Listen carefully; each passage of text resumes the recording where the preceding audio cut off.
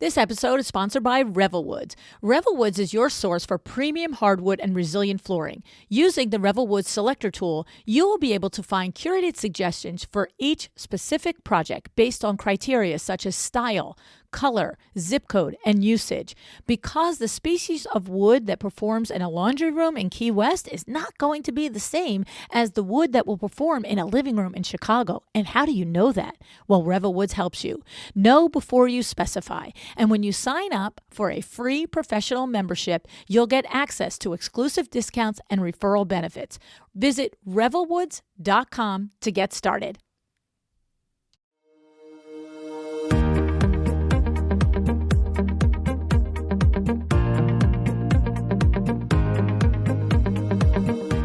Welcome to A Well-Designed Business. My name is LuAnn Nigara, and I'm so glad you found this podcast. Together with my husband Vince and our partner Bill, we have grown our company Window Works from the ground up. So I know and I understand the challenges you face in running your interior design business.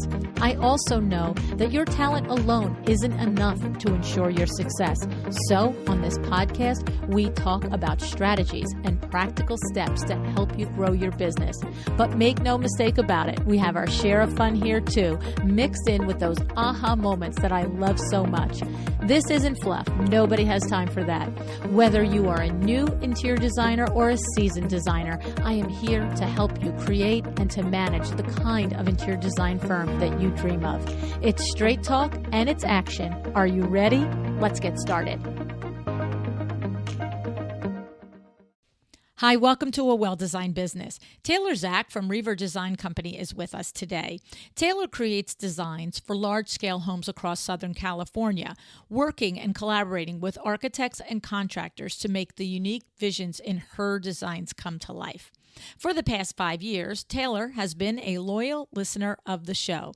She has actually hired Stacy Davison from Behind Everything But the Design to do her bookkeeping with her. Now, I had the pleasure recently of meeting Stacy in real life in Cincinnati last month. This was after a very fun event at Apollo Drapery, sponsored by Sunbrella, with my friends, the Ingdalls. Stacy, her mom, and Susie Salas, one of my writers for the show, all went to a fabulous dinner after the event. And the thing was, it was the night before the 1000th episode. And we had such a nice time getting to know each other and reminiscing on all the wonderful guests that we have met along the way. Now, I mentioned that this event was sponsored by Sunbrella.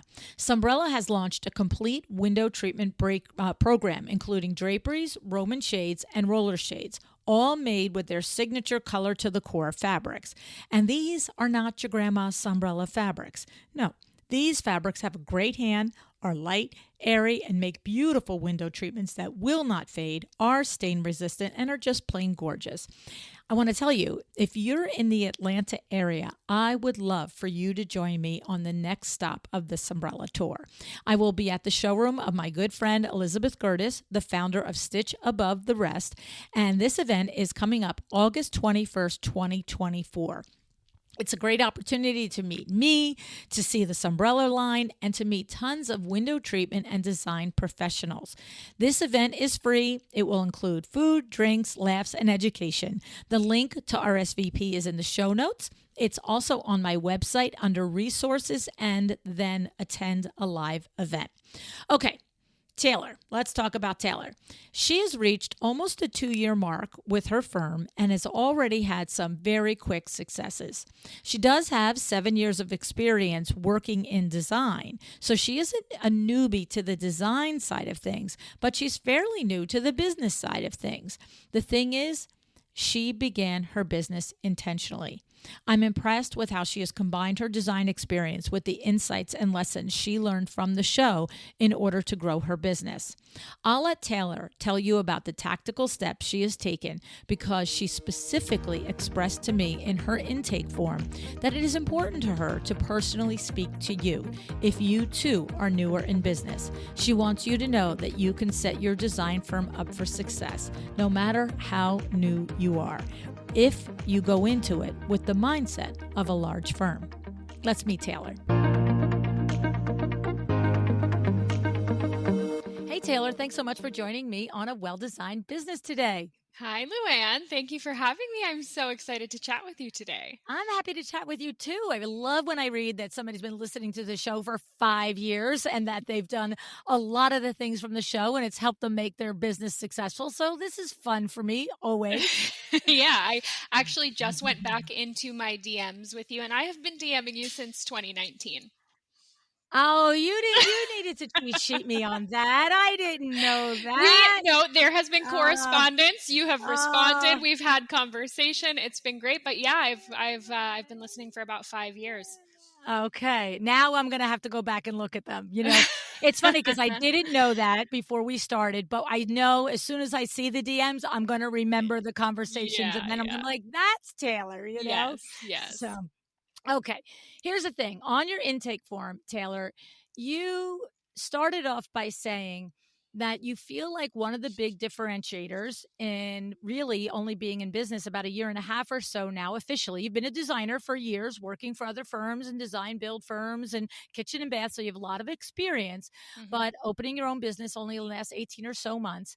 Um, you said that one of the things that you think really is something that you took seriously and you made a conscious decision on was the mindset about what your intention was for the size of your business or the way it would ultimately look and Hmm. how that impacted the things you did from day one. Talk to me Yes. about that. What does that mean to you? So I did come into design in a more conventional way. I went to design school. This was sort of always my end all be all. I always knew since starting design school that I would start a firm. Before I even started design school, I was doing freelance design. I was doing hourly work for just clients in my neighborhood. So this was kind of always it for me. And I I knew that I wanted a team and I knew that I wanted a big firm. I'm a very, for the most part, business minded person. I'm a creative at the end of the day. So somebody handles my books and things like that, definitely. But I love business and I just always knew that I wanted to grow it. So, in having listened to the podcast and working for other firms and designers, I knew how important it was to invest in your business and to have those goals of what you wanted the business to look like for yourself and for team members and things like that. So I definitely always went into it like, there's no failing in this. I love that. I love There's that. no option of failure. So I had to go into it with a mindset of, okay, no matter what, we're going to make this work and we're going to grow it. Okay. Okay. Interesting. And now at this point, the under 2 years in, you do have an extended team, although they're 1099s, right? Like you're not at the point where you have W-2s. And by the way, you may never get to that point because Mhm. managing a team of 1099s is still managing a team. You're still the leader. You still have to have job descriptions and all of that. So Mhm. describe for us the different roles that you have reached in your team so far, Taylor. Yeah. So actually, at the time that I submitted the application for the Oh, podcast, like they were 5 years ago. they were they were That's so 1099. So long. I know. I do have one W-2, Okay. one W-2 employee, and she is a designer, a project manager on my team. As far as 1099, we just recently hired on a brand manager or a content creator. So depending on when this show airs, there will be tons of new content on our social Ah. media. Um, and we also have a 1099 drafting designer, so somebody who takes care of our renderings and our CAD drawings, because we do mostly renovations and new builds. So we do pretty extensive technical drawings. Okay. And then obviously bookkeeper. We talked about that off air. You have a bookkeeper. Yes, I do work with Stacy Davidson at Everything But Oh, Design. Yes, interesting. Oh, fun. We didn't Stacy mention that. and Stephanie. Okay. Did you know them before the podcast or you met them through the podcast? I met them through you. I love it. I love it. Okay. So, all right. So we're on our way to creating this team. It's clear. You've made Yes, some moves yes. and you've got some things going on. So tell me, what are some of the other tactical decisions that you've made over the last year and a half that compelled you to want to share it with your colleagues and people who might be in your boat listening 5 years, like it's 5 years from now until they're going to grow their business and start their own business? Yeah, so I knew, especially because I had moved to California from New York, we don't have any friends here. We don't have any family here. I did not have I did not really have an in, especially being in the Laguna Beach area, which is such a tight knit community. I didn't have anybody to sort of help me get my name out there. So I did take a little bit of an unconventional route in getting an office very, very early on before I even had a client. I don't recommend that to everybody, but I felt that that was really necessary, at least for me to almost solidify and legitimize myself as a business in the area. Okay. Um, what that allowed me to do was host meetings with contractors and host meetings with architects and show people that I was a real business and I meant business kind of in the area. Um, Let me in ask you a addition, couple questions with that yeah, before you go to other things that you did. yeah, So, okay, so there's some risk here, right? Like there there's some is. risk. You're signing a lease or signing for rent. Yes. And in my mind, I'm going to tell you, it's not relevant to me if it's 300 a month or 3,000 a month. Well, 3,000 seems a little scary pants for a Yeah. brand new business. But the point is that to your point, this was something that you made in alignment with your mindset that I am growing a real business here. And to that Hmm. end, I feel like I need a place to do business out of. I feel like I need a place to establish some credibility. So I don't really care, how reasonable or not the rent was. That's Hmm. a scary decision. Yeah, it So was. where did that decision, like, what's the practical of that decision? You said we, so I'm assuming you've got a family, or you Yes. have a husband, a partner, or something, right? And Yes. so, was it the type of thing where the two of you sit there and say, all right, we're going to put aside X amount of dollar bills for your business for this 1 year or 2 year period, and it's going to include rent and it's going to include what was that discussion and how did you do that? Or, I've sometimes gone down a very long question like this, and the person went, well, yeah, I just kind of signed the lease. And I'm like, oh. So, um, I'm a good saver and I had enough money for about a year and a half worth of rent at the Good for you.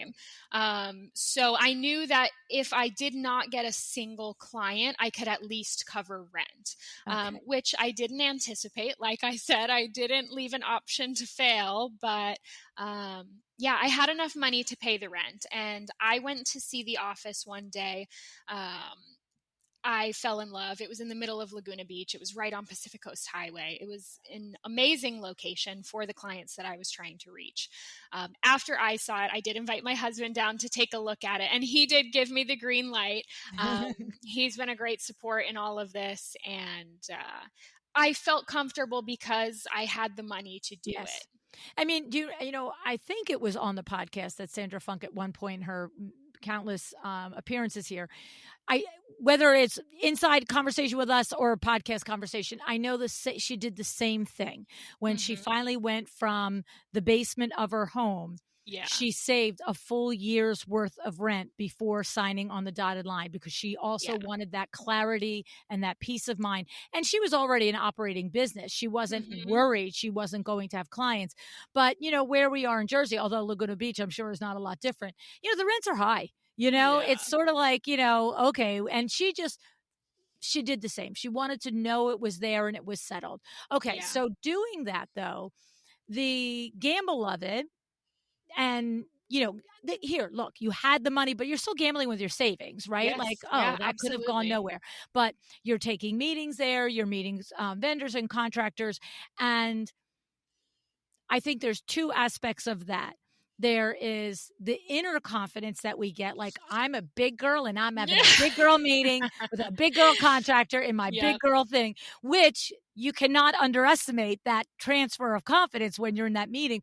But Yeah. also, do you in hindsight feel that it wasn't just your inside confidence, that there was a transfer of, oh, we just accept you as an established business because you have a space?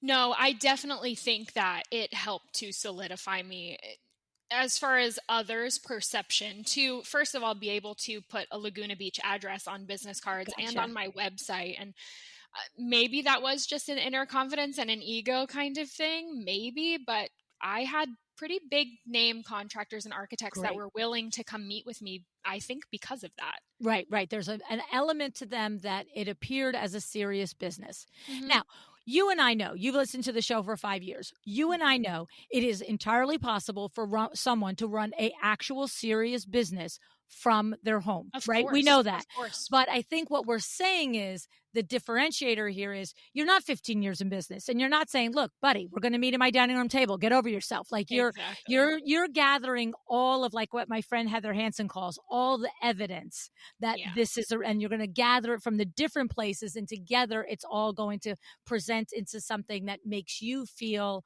better and more elevated and more put together for this brand new venture. Am I Right. It was describing this me. properly?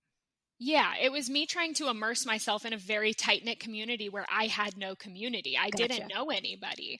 And I had to really get into the middle of it and get into the thick of it. And I went and knocked on doors in the area to introduce myself. Love And it. I said, hi, we just moved in. We just opened an office here. Um, and I think it did make a huge difference. I love that. I love that. It's that we're going to get this done, Kit DeLuca. I got faith in you, right? Yeah, exactly. But yeah, I definitely don't downplay the fact that it was risky. It absolutely was. Mhm. I had the money for it, but that was all the money that I had. Yeah. Okay. So that was one big decision you made. Yes. What are some of the other choices that you made that you really, were living in this mindset of I'm building a big business? Yeah, I knew that PR and marketing and things like that, photography especially, were going to be very important, and those are not cheap investments. We invested in a platform right away that would advertise us locally to the market, and that was another expense. I mean, if we want to talk exact numbers, we probably were paying $600 or $700 a month. Mm. Um, to be on a platform that just sort of brought us to the top of the list as interior designers in the area. I've heard a statistic, something along the lines of there are 2,500 designers within 25 miles in Orange County. And it is so true. There are no shortage of designers here. And I absolutely know that I'm a small fish in a big pond, and I had to be in front of people. Good for you. Good for you. That's awesome. And was that some sort of like that's not like pay per click or Google? That was some private service or platform or something local to the Laguna area? Because somebody's going to say, "What was it? Do I have it in my area?" It was just House, actually. Okay. Now I know why you didn't Yeah. say it because you know how I feel about that. Okay, you do listen to the show. Thank you so much. Yeah, we don't. I don't know if this is going to air, but we don't advertise with them anymore. No, it's all staying. It's all staying. It helped me in the beginning, though. I Yeah. did get clients from it pretty quickly, actually. Yeah. It got eyes. It got us some terrible leads. Yeah. But we Yeah. got 2 great clients out of it. Yeah. Okay. And I was just going to make a note to clarify in the outro what my problem is. And I thought, you know what? I'm going to just clarify it here. Okay. My thing about it is I want you to know Window Works going back 10, 15 years ago, whenever House was like the new thing, we advertised with House. I'm not going to tell you I never did this. I did a solo show on it when House blew up 100 years ago, probably 6 years ago. Okay. And when I mentioned something about House in another recent episode, then I got these emails like, what's your thing with House? What's the problem? So I'm like, I'm just going to clarify. What it is I don't discount. If you are out there and you are paying for House and you are getting a return on your investment that is more than what you're investing in, you don't fix what's not broken. Like, I'm not saying come off of it. But what I know is that I have found them to be not always forthcoming.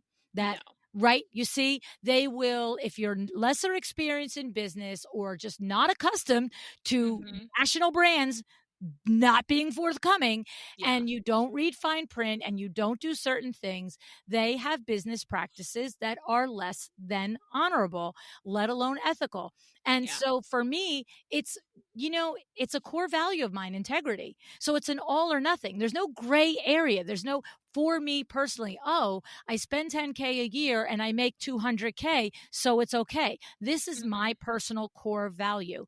But when somebody comes up to me at an event, they're like, I don't know why you don't like house. Like, I make so much money from them. I did. And I'm like, good. That's good. That's amazing. If That's you're in the great. blind and you've never been burnt by them and you're doing and Yes. making money, I'm not saying leave. Okay, so we have it out there. We'll do it every 6 or 7 years. Okay. So, but the thing is, there are other ways to make that investment in marketing, right? Yes. And you could do it by, I don't know what, there's local regional magazines that you could be advertising in. I think the core takeaway, Taylor, from you is, what's 6 times 12? What is that? I don't know. What is 700? 6 times 12 is 7,200. No. Oh, right? 6. Oh, LuAnn, no more math, please. I know. I think it's 7,200. I'm just going to say, right? No, 72. Yes, 72. Yeah, 72. Yes, Okay. yes. So oh God. So the takeaway is that you've invested in rent, and in their first year in business, you've also invested 7K in advertising and marketing. Yeah. You choose the one that you want to choose. Go do you out there listening, but that this is a good thing. And I have to say, so far, we're 2 out of 2 things with what I agree with what you did, right? I don't think either are required. Well, I think marketing is a requirement. I don't think taking a studio space is a requirement, but I love your logic on it. I love that you did it and you saw the value, got the value, so it proved the point. I love that you did it with having the money saved, so you weren't like chasing it every single month. You could breathe and go create your business. But investing in marketing is critical to all businesses, let alone a brand new business. And again, when designers and window treatment professionals, when I meet them in real life, they're like, oh, I'm having a hard time getting it off the ground. And one of the things I'll say, well, what was your marketing budget last year? And they're like, well, I post on Instagram. I'm like, that's not a marketing budget. No, that's a game. That's not a marketing budget. Right now, you're Marie Flanagan and you're Pulp Studios and you're Sarah Brennan. Yeah, you're getting leads off of Instagram, but you have this layer. It's a layer of your marketing. Not my marketing is I post a picture 3 times a week for free on Instagram, right? Exactly. So, and oh my goodness, here I am with another disclaimer. If that's all you can do, that's all you can do. But when you ask me how to grow your business, I'm going to say you need a marketing budget. That's all. Agreed. It's getting very crazy right now, Taylor. I love it. Okay, so 2 really good things. I don't know how many that you have, if you have 3, if you have 4, but is there another tactic or strategy that you employed from the beginning that you feel would be helpful for us? Well, once we started to get clients, we moved, I don't want to say quickly through projects, but when we completed those projects, I did not waste any time getting photos of them. So just to touch back on the PR and the photography, I have a lot of friends in photography now, a lot of interior photographers. I wasted no time hiring them, and I wasted no expense hiring them because I needed the photos. I couldn't even post on Instagram. I didn't have a portfolio. Right. So I hired photographers right away. I knew I needed professional photography, not iPhone photography. And again, that's just because of the scale I knew I wanted to be at and the caliber of projects I knew that I wanted to have. They needed to be professionally photographed. After I hired the first photographer on the first project, I hired a PR agent just for that single project. It wasn't on like a retainer basis. It was more, hey, can you take this project and place it? Is there anything that I can do with that? And it got placed in Rue magazine right away. Okay. Wow. Yeah. So that must have been fun and exciting, right? It was amazing. We also got picked up by a local magazine. So that project was published twice in my first year. Wow. And it was definitely just because I made the expense, or I spent the money to do that. And that was scary because I could have submitted it to our PR girl and she could be like, oh, no, sorry, we can't put that anywhere. I would have had Instagram content, but that's about it. Right. So that's interesting. is the, not that you need to name the name and maybe that person has changed or evolved their business, but was it someone like you that was brand new in PR and looking to establish a name? Or was it a more established PR firm that I'm not aware of PR firms taking off a one-off project like that, but I could see the same way we do different things in the beginning of our career, that a PR rep in the beginning of their career would do the same way. I'll take this one project for you and get it, pitch it around. A lot of them actually will. A Okay. lot of PR firms, they will. They'll do placements for stories. So you can submit a project to them and then you just pay a per project basis. Interesting. So I submitted the project to her and I had actually asked if we could place it in Rue. And she got it in. And then she was also able to submit to other publications and she got it into Orange Coast. And she basically came back to me and said, do you also want it in Orange Coast magazine? I said yes. So then I paid an additional fee for her to do that work to kind of get it in that other magazine. But as far as I know, there are quite a few other PR firms that will do single placements. Oh, that's interesting. That's good. I love that. It's like a pay to play. Like you can pay what you can afford to pay and you can play if they, yeah, right? Exactly. Okay. Very good. And then what happens is these are all like credibility builders, right? Like you've got this solid address, you've got some placement, you've got the relationships you're building with the different contractors and different trades in the area. So you really are taking a very intentional path to, building a business that, feels more established than it might actually be. What I also love though is that you come to it with your 7 or 8 years experience. So you're not like building this facade and there's nobody on the other side. Exactly. You're able to deliver, right? Exactly. Okay.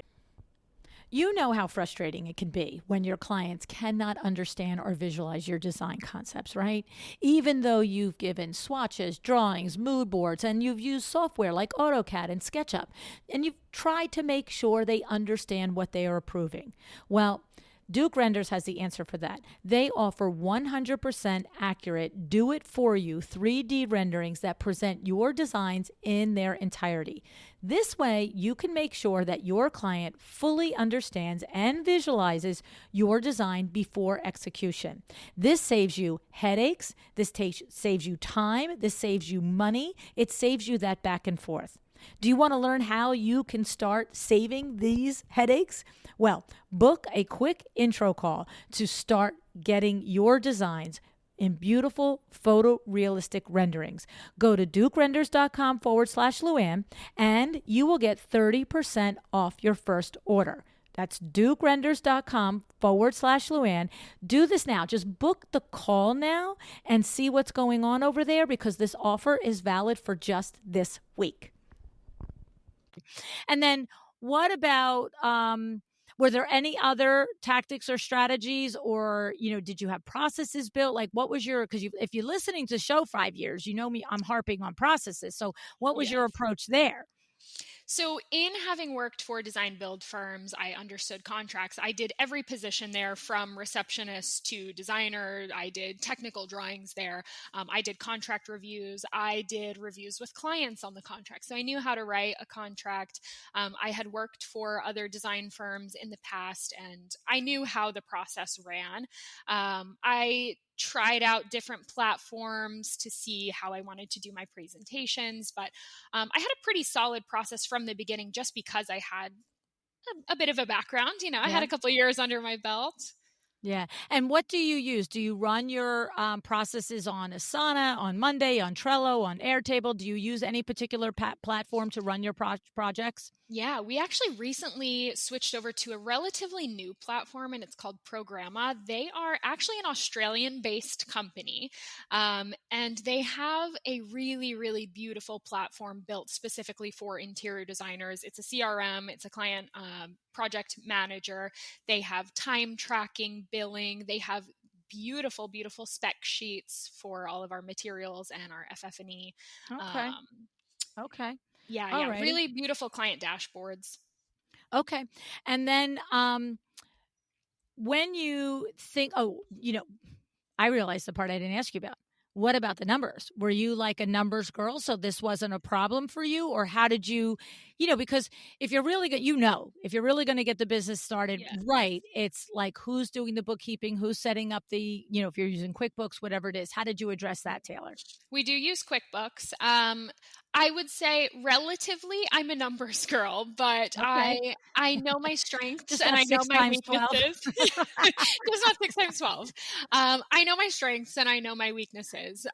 So we do hire out for bookkeeping and accounting, and I Oh, have we said somebody that with else. Stacy, right? I'm Yeah, sorry. yeah, we do Okay. work with Stacy. But you I understand it. I know them generally. I know how to Yeah. use QuickBooks. I know how to run our reports and things like that, but I do refer back to them quite a bit. Yeah. Well, I think what I know to be true is there are business owners that know nothing and rely solely on whether it's Stacy with everything but the design or any of the other services that we've mentioned. We've got the Dove agency that does numbers for people and other companies that we have used or have spoken to. There's a difference between knowing your way around it and knowing nothing, right? Right. So you need to know your way around it. You need to know enough to ask the questions and to Right. catch the things that are like, what the heck is that over there? Right? Well, one other thing, if I can touch on that, I kind of set up from the beginning is our business bank accounts. I wanted to be very diligent. I knew that clients were handing us over quite a bit of money for design fees and for purchasing furniture. So I have our business bank account set up in a way where it's almost a no-fail kind of situation. I want to say we have about 5 different accounts between Love it. checking and savings accounts. One is a pass through. And basically, what that means is if a client is sending us money to purchase something, it goes into that pass through account and it doesn't get touched unless it's for purchasing that item. The expenses account is where all of our expenses come out of, and we will transfer profits into that account from the pass through after that project is closed out. In addition to that, we have a taxes account. Good. So we put a certain percentage of our gross or net income into that taxes account. So I know when tax time comes, the money's there. Yes. We have a marketing account, which gets, I want to say, about 10% or Awesome. so. Good for you. Because I know, like I said, we photograph every project. We do that professionally. I have PR people to pay. So we always have money for that. Love and then it. the last account is just a savings account, which gets, I want to say, between 5 and 10% based on profits. Good for you. Good for you. I've never heard of the marketing account. I'm sure others do it. I mean, someone's It's like, I got important it. to me. But, like I know Vinny will always say that a new business should be spending 8 to 10%, 5 to 10% a year on Yeah. marketing. And you can go more if you're more aggressive. But actually squirreling the money away so that you don't touch it is awesome, Yes. Yeah. Good for you. Good for you. So what stands out for you as, this is a lot of intentional thought, Taylor, going into starting your business after listening to the podcast for several years, having good work experience, solid work experience, but then doing it is always different, right? It's like you have it in your mind how it's going to go. But then the hard lessons come along or the oopsies come along. Anything stand out to you? We're definitely always learning. We have a quote that we kind of live by here in the office, and it's 1% better every day. As long as we've learned something, we are improving something all the time, then we're fine. We're okay. We can hit these bumps in the roads, we can hit these hiccups, but 1% better every day. I love it. I love it. So I love this as a wake up in the morning and think about it thing, right? Yeah. I mean, you definitely hit tough times in this business, whether it's tough clients or lulls in getting new clients, because there's definitely those times. I just think that that's a really important thing for especially me to live by and a young business to live by, that as long as you're learning and growing, you're headed in the right direction. Exactly. Now, thinking about, the day to day, and like you said, a young business growing and learning and all the things. What did anything surprise you along the way? Surprise me. Or take you up short, or, had the client that like wouldn't sign your contract, or the client that wouldn't pay your balance due. Like, those are the things that when they hit you 10, 15 years in, you kind of roll with it. But when they hit you in the beginning, they can step you up, stop you up short. I think we've been relatively lucky up until now. That's not to say that we haven't had difficult clients who change their mind quite a bit or don't sign off on things in time and deadlines are missed. But I think that's just all a part of the design process anyway. It has aided in us solidifying our contract quite a bit. We're always making revisions on our contract. Every single project, there is a new line on the contract. Right? Um, Nothing significant. I don't think we haven't hit any real kind of tragedy within a project. And I think that's because we set up our processes pretty early on. And I'm relatively good at keeping our clients on track. There's always the one offs.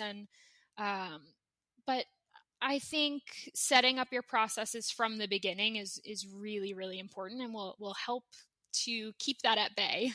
Okay. And how do you run your projects? Do you do flat fee? Do you do hourly? Do you combination? What do you do, Taylor? So currently we do flat fee. We had started at hourly. I know, like many other designers, hourly tracking is a pain. And even though I've been in the industry for quite a few years, I wasn't tracking my time at other firms. So I knew relatively how long things took to do. And so I would start doing hourly. I have found, though, that the caliber of clients that we're looking to work with, they don't love hourly. They don't like getting bills every single month. So we did revert to flat fee. And we had that broken up depending on the duration of the project and kind of what we anticipate they would have 3 payments or so. Okay. We are considering reverting to a more mixed kind of fee structure, which is flat fee for design and then hourly for project management, because that is where we get stuck. Yeah. I hear that a lot. I think a lot of firms have morphed to that, or we're always that way or whatever, but it's that middle part, right? That gets a little hairy. Definitely. Okay. And I think that will work in our favor. Definitely as far as profitability in the beginning, we had clients who had fully paid our design fee and the project lasted another year and we weren't getting paid. Right. It's like, well, and because what you're saying is the design fee theoretically included the execution of the project. Right. Correct. Probably didn't, though, right? No, Not really. Not really. Yeah, that's a tough learning lesson. That's kind of the thing I was looking for, right? That you look at somebody and say, you think it feels like a big design fee, but if it also is supposed to feed you for 6 months or a year, now is it still a big design fee? Does it still feel big? Yeah, so that has added a line in our contract that basically says this is the estimated time frame. If it should extend past that due to no fault of the designer, there will be additional fees. Yeah. And when you present your contract, do you do it in person? Do you review it and go through it with the person across the table? Not initially. So we will send it to them via email. And I found that makes it a little bit easier for them to digest on their own time. The design build firm that I worked for, we actually had to do that in person, and that was my job. So that is where I learned quite a bit of how to read things to clients and explain it to them and almost sell it to them. I had to sit there in front of them and read 11 pages of contract, page by page. Do you have any questions? And I think it works in some cases, but I also think it's a little awkward for everyone involved because they are put on the spot with a very big number. Yeah. So what do? You send it ahead of time, expect them to review it. They probably only look at the number at the bottom, but then do you come in and have that kind of conversation? Look, I'm not a big fan of reading every line in the contract, but I'm a fan of having a face-to-face on it. Yes. How do you do it? So when we go for a consultation, I'll tell the client, this is our initial consultation, the first time I'm meeting them. When that is complete, I'll tell them, okay, within 72 hours, I will send you your proposal. And then 24 hours after that, we will have a phone call or a Zoom call to review that. So they've had time to look at it, time to kind of digest it, come up with any questions, but we do review it together. I just don't read it to them page by page. Yeah. And the thing is, having had to do the read page by page and now doing the review, do you feel like, are you reviewing the same things each time, or do you have like, say your 11-page contract, like say there's, I don't know, 22 paragraphs in an Yep. 11-page contract, right? Probably 33. There's probably 3 paragraphs a page, right? Yep. But my thing is, I would imagine that I would know that there's probably 5 paragraphs that are non-negotiable. You got to look at my eyeballs. You got to know that I said it to you. You got to know that you said it to me. Yeah. I get it.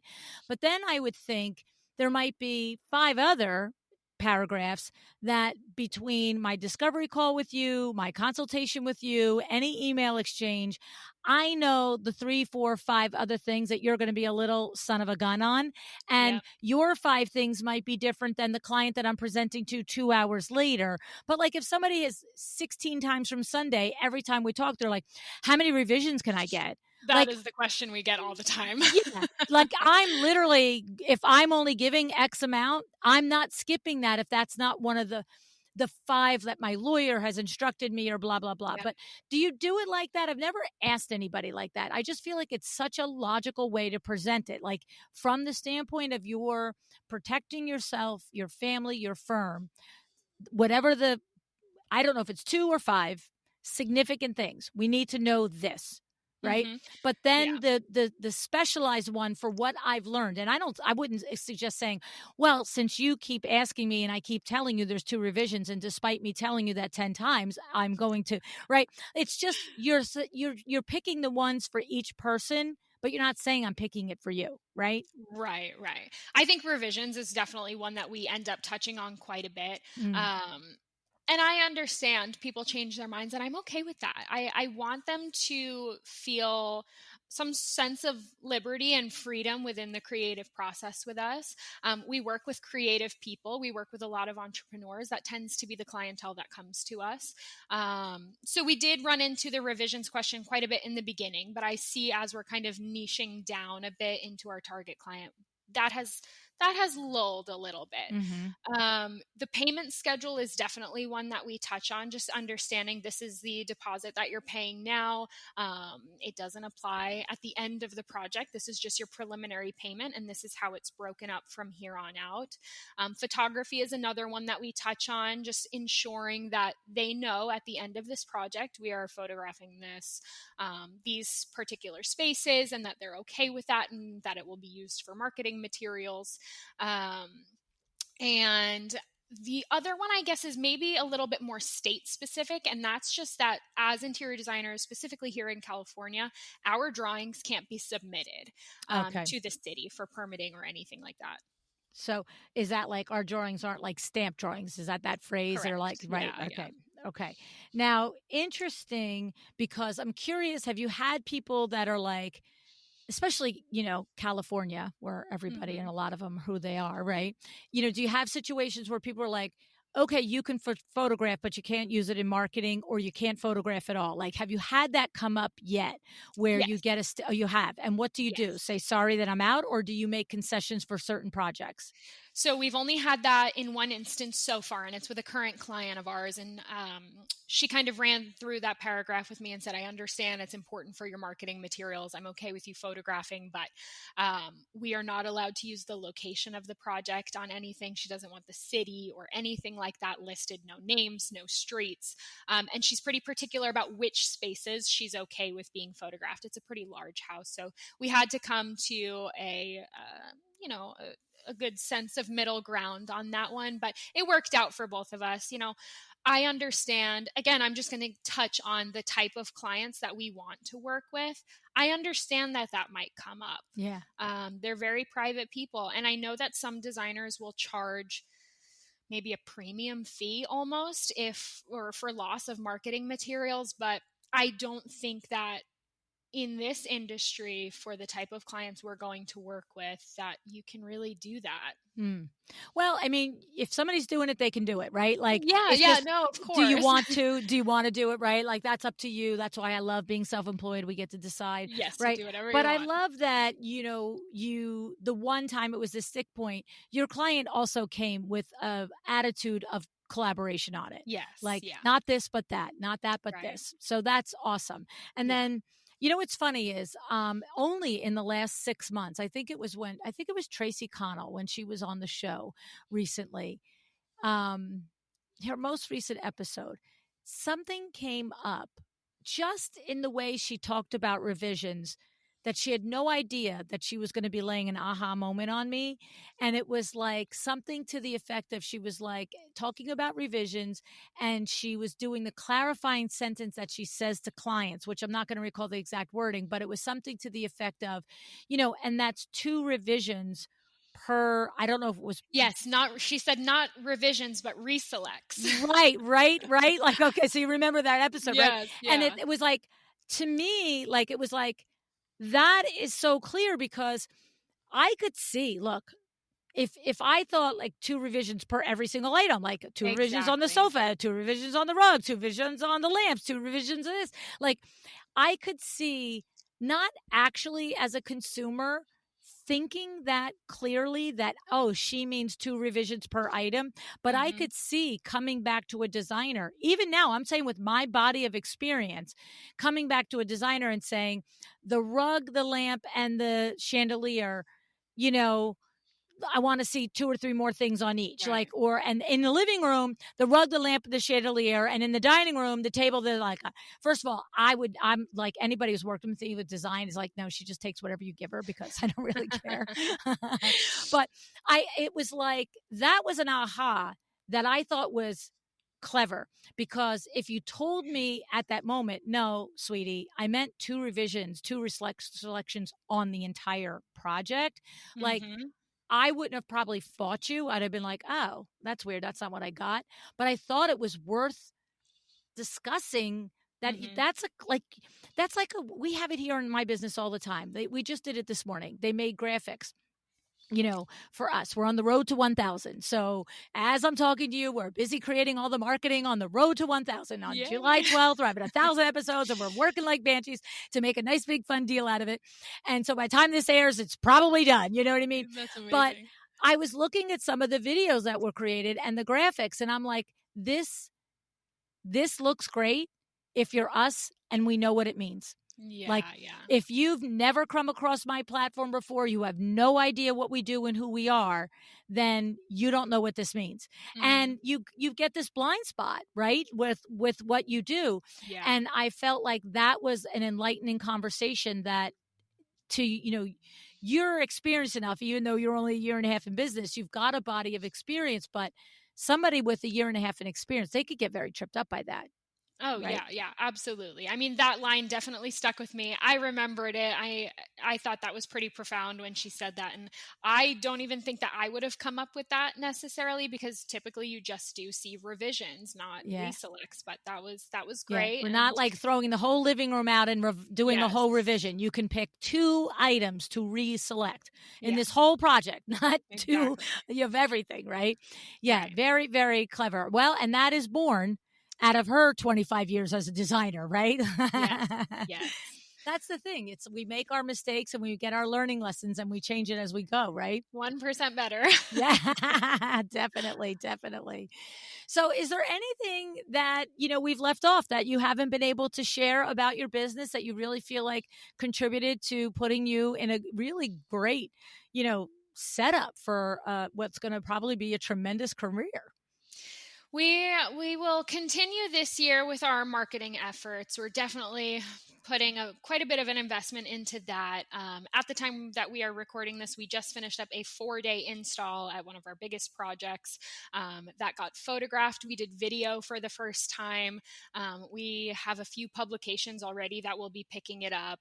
And we are finishing out probably about 4 other projects between now and fall, which is amazing because we actually just passed our 2-year mark in business.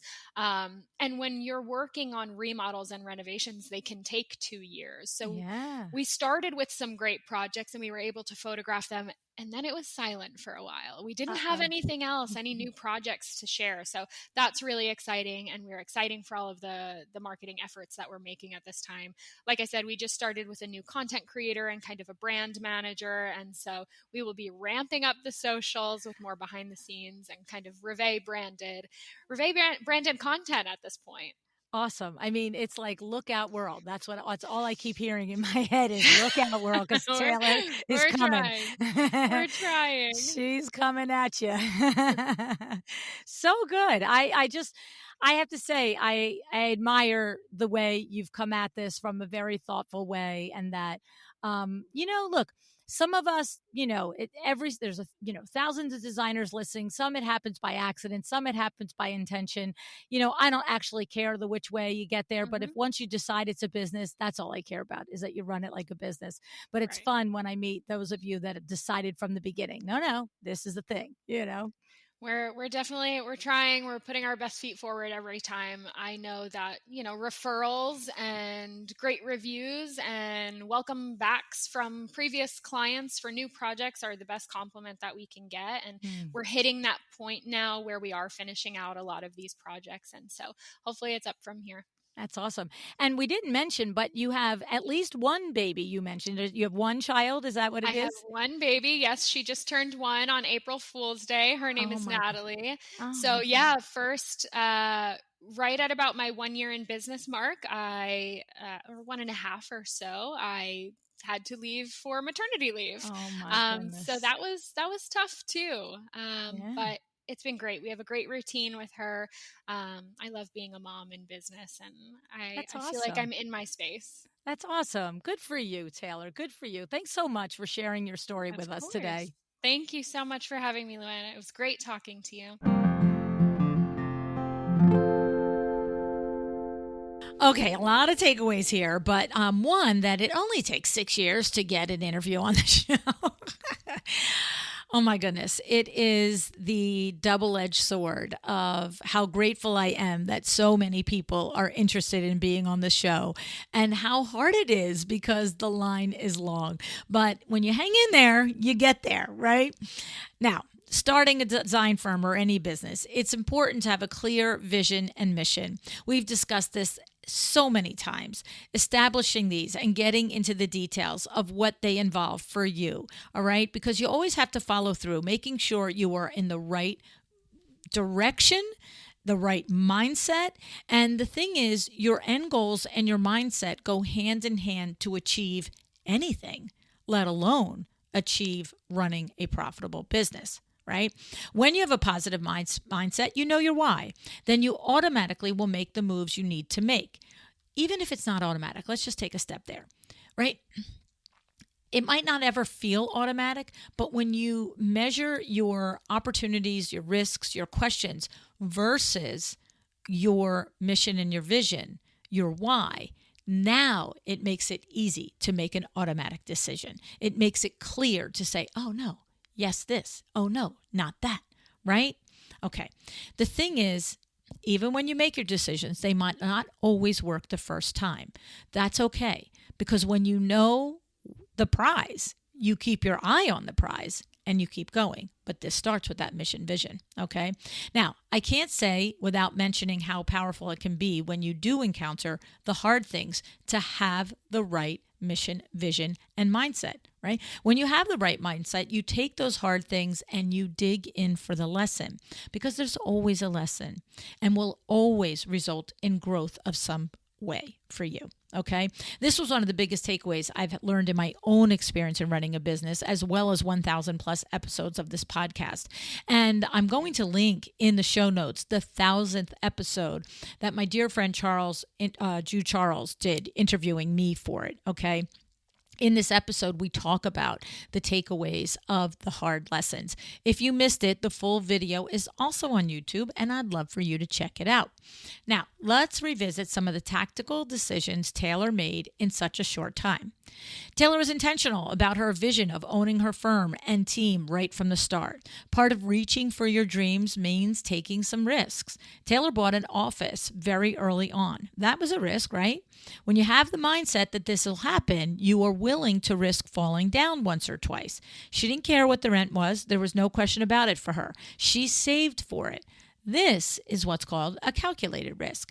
She prepared so she wouldn't be thrown into the streets, but she knew that even with that preparation, she had to dig in and do the hard work. This is not for everyone. The thing that you risk might be different. The lesson is for everyone, to believe in your inside voice and believe in your ability to make your visions come true.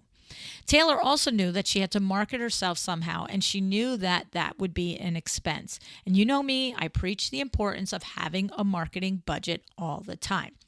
So I commend Taylor for starting local. She was on the right track with investing in a marketing plan. It is imperative to do this if you want to be seen out the gate, as opposed to slow, eventual growth.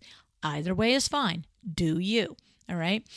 So thank you, Taylor, for sharing everything you did to get where you are today in such a short time. I'm sorry it took 6 years to get on the show, but it is proof that if you stay the course and stay positive, you do reach your goals, right? So, and thank you for showing up today too. I do appreciate that you do that. If you are enjoying the show, have you rated or reviewed it?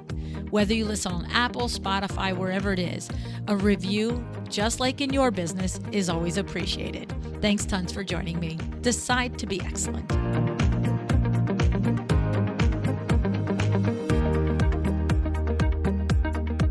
Thank you for joining me today. This podcast is a production of LuAnn Nigara, Inc. If you want to know more about me, my books, or LuAnn University, go to LuAnnNigara.com. And if you are interested in having WindowWorks help you with your next window treatment or awning project in the New York, New Jersey metro area, go to WindowWorksNJ.com to learn more. Have an excellent day.